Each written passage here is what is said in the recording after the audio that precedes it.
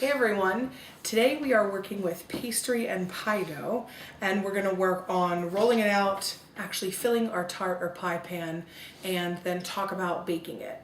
So first thing you're going to want to do is grab your pie dish, or I'm using a tart pan because I'm making a tart. Tart pans, bottom comes out like this, sides are separate. So you want to grab that, and for this recipe I'm making, which I'm making Mary Berry's chocolate and orange tart. So she suggests that you butter the actual dish. So I'm just going to do that on the sides. I've taken just a half a tablespoon and melted the butter and then actually let it kind of solidify so that it's not dripping, it's kind of more of a paste. I'm just going to brush that up the insides. Tart pans can be a little tricky because they have all of the ridges like this, but the great thing about them is that bottom drops out. So like a springform pan, you can kind of release it, and if you've greased it well and you've done your dough correctly, it'll drop right out. So we're finishing this. I'm really excited to make her recipe. I've never made it before, and I was watching the British Baking Championship masterclasses and found the recipe online and decided to give it a go. Okay, so that's done, and we're just gonna scooch that to the side. So now you wanna grab your pie dough or your pastry crust out of the fridge. So here you can see it's in a little disc. Once you make it and form it, you wanna wrap it in like a press and seal or a cling wrap, and you always want to flatten it down into a disc. That's just going to help it cool and chill more evenly, and then pop that in the fridge. Now, different doughs will require a different amount of time in the refrigerator. This is the first time I've ever made this one, and so I followed her exact recipe and suggestions. So she says 30 minutes to an hour in the fridge. Lots of pie doughs, though, need to chill at least an hour, sometimes up to 4. So check your recipe for that. So we're going to unwrap it here. And then usually your doughs are a little bit sticky, some more than others. She already warned you in the video that this is going to be a sticky one. So what you want to do is just flour your surface. Not too much, but don't be afraid to make a nice wide area with it. And grab your rolling pin. I use a wooden rolling pin with handles, but it doesn't need to have handles, and flour that as well. It's just going to make a nice smooth surface. And turn your disc out. Now she also showed a little trick in her video that I'm going to try with you all here. We're going to roll it out. We're going to keep it as round as possible. So when we're doing that, we're going to start to roll from the center, and we're going to rotate the pastry, but we're not going to flip it over.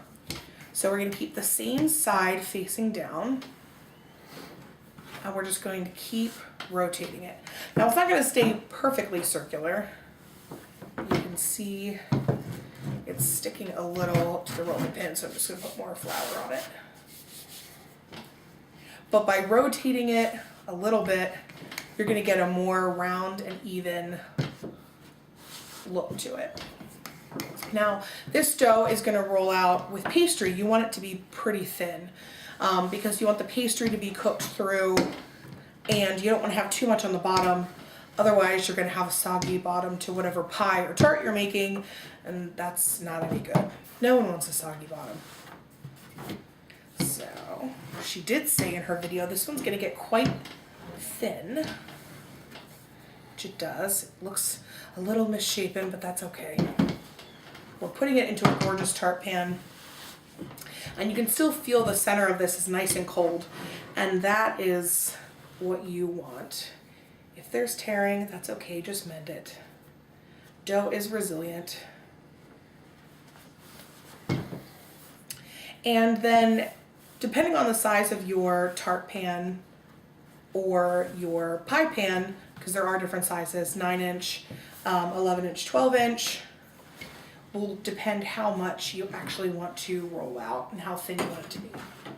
So now we're going to take the bottom, which I did not grease, of the tart pan, and we're going to actually slide it under the dough. So this kind of gives you a good idea to know whether or not you've rolled it out quite enough. Now it covers the bottom, but obviously it needs to come up on the top. So I'm going to shimmy this out and roll it out just a little bit more. And I'm going to put a little bit more flour on top so that hopefully it doesn't break quite as much. And then once we have it rolled out nice and thin and even, because we want it to get all the way up the sides, then we will put it in the tart pan and work it in. Now you do want to be cautious because you can see the more you work with the dough, the warmer it gets. And the warmer it gets, the more it's prone to tearing like that. So I think we're going to try to go in with it. So we're going to slide the bottom of the tart pan back under, and this is a thin enough dough that you can actually see through it. Now if you're using a regular pie pan, that's fine too. You can just go right in with it and drape it over your rolling pin. So we're going to fold the edges up. This is a little trick to getting it to work more evenly. And take this and drop it right in the center. And then all you have to do is flip out the sides.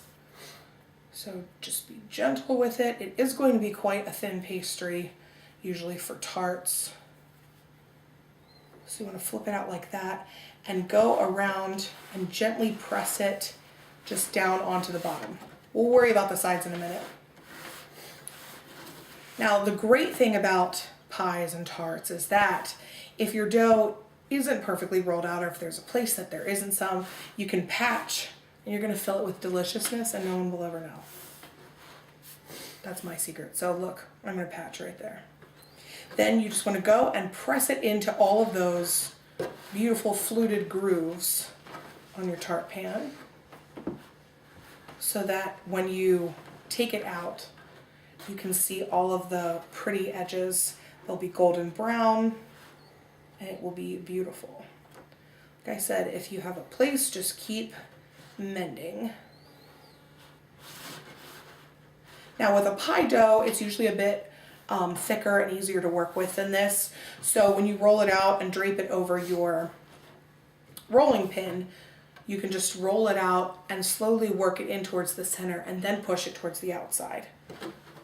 So I have one more really fun trick here for you. Now that I've got this all in here, and you do want to be gentle because you don't want to poke through the pastry. So we've got pastry hanging off all over the place. And you want that nice, clean, crisp edge. So an easy way to do that is take your rolling pin, set it in the center, and roll it down towards you, and then roll it away from you. And you can see the pastry is literally dropping off. So that you've made a nice clean edge, and you've got all the excess off, which is easier to do before it bakes than after. You just like to press the rest up to the top, and then you have a nice even tart crust like that. So now that we have done the tough part, now we just need to do the smart part, which is how you bake it. So what we're going to do at this point is you just want to take a fork and we're going to poke some holes in the bottom here. This is going to stop the pastry from bubbling up when you go to bake it. However, this is not ready for the oven. You want to put your pie dough or tart crust or what have you into the refrigerator for at least 15 minutes, 15 to 30 minutes, and get it nice and cold and chilled. That's going to keep the butter in the pastry really cold. And then when it hits that hot oven, it's going to melt slowly, not instantly, and that's going to stop anything from burning. So once we put it in and it chills for about half an hour, I'm going to take it out.